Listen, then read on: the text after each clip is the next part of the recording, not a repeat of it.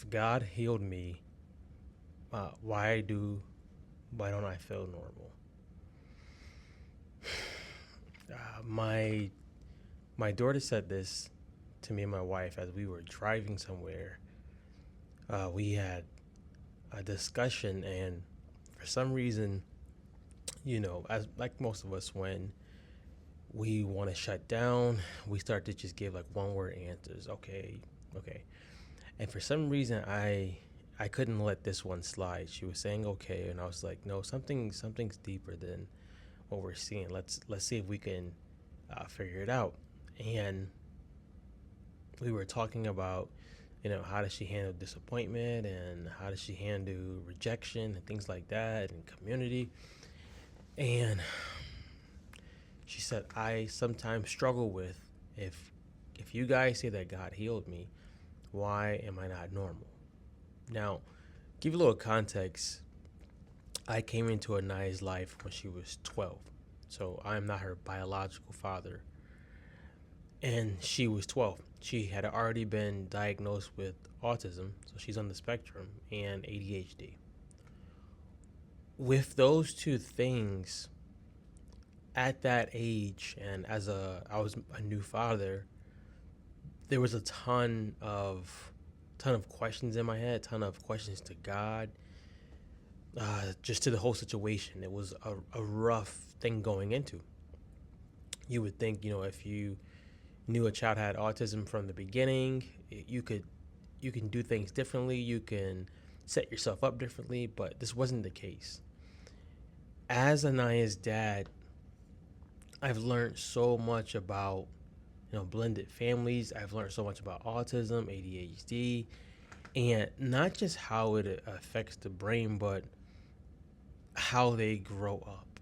Now, she's 20 right now. You guys will probably never on this page see a video of Anaya. She hates taking videos. She hates taking pictures. Now, you guys will probably see, depending on where you're looking at this at, videos of my 6-year-old. She's the complete opposite. She loves videos. She loves pictures.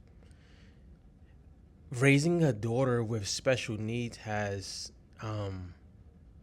been a journey, because as she grows in age, it doesn't necessarily mean that she's at the same path or the same pace as another 20-year-old. You might think, well, she should be. You should force her to do things, right? If you know anything about raising kids, the more you try to force and the more you try to just motivate, usually the more, not backlash, but the more resistance you get, and you're actually not helping them in the long run. Yes, there are certain things that are non-negotiable, but for the main part, it's a different type of situation. So my wife, God had told my wife a long time ago that he would heal her as she walked. As she walked out her life, he would heal her. What my wife and Anaya thought when they heard that, and me eventually when I heard it, was that if God was healing her from autism, that every symptom, everything would be erased, right? Her brain would function as not normal, but her brain would function like the average person. She would hit milestones like the average person. She would socialize as the average person, right? My daughter right now has social anxiety. She struggles with anxiety, and you can pray these things away. You can do fasting. All of these things you can do, but a part of her brain is wired totally different.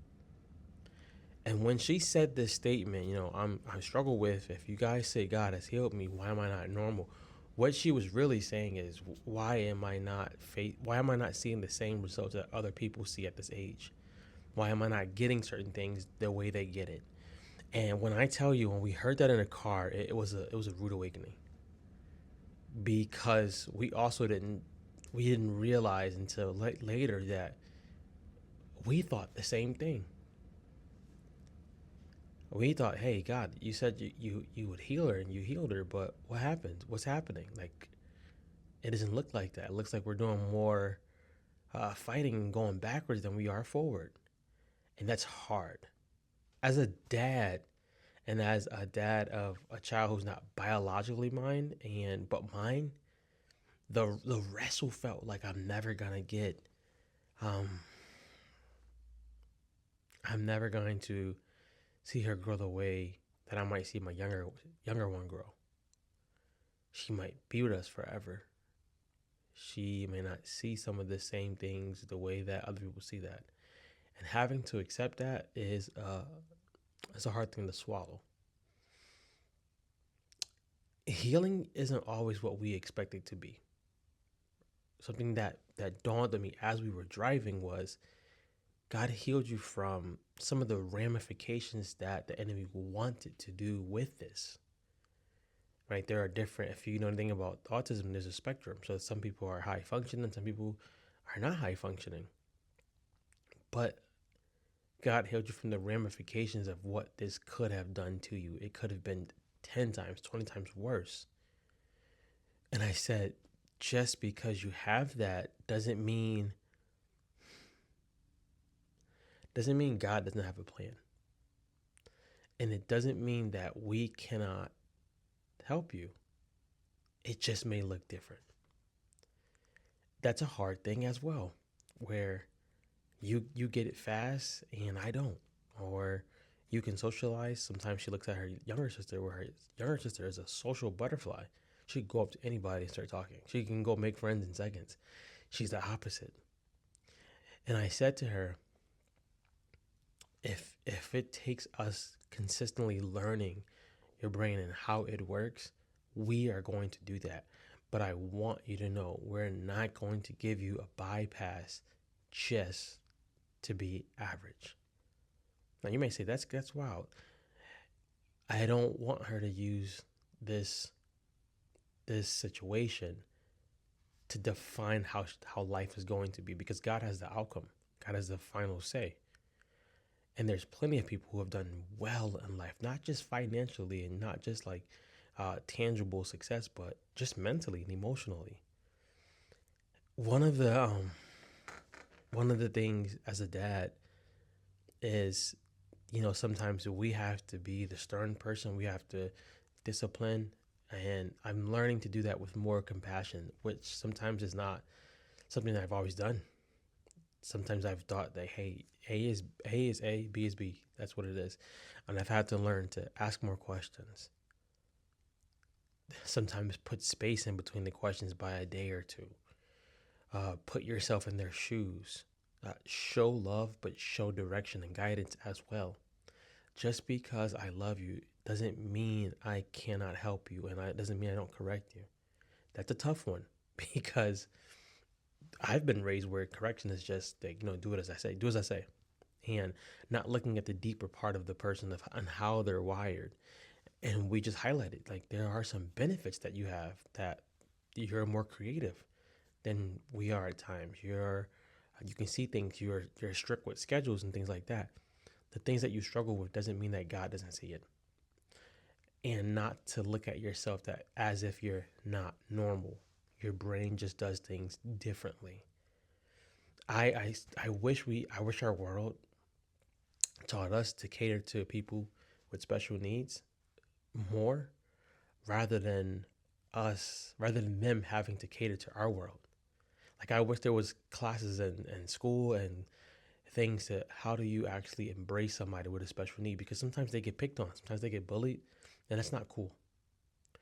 So the car ride ended with affirming her, you're not wrong, you're not bad. Your brain works differently. And it doesn't mean something's wrong with you. Your brain just works differently. And I explained to her, hey, sometimes I have to read things tons of times. I have a hard time looking at something to fix, reading it, and getting it fixed. I have a hard time with that. But there are things that I'm good at. And I told her there are things that you're good at.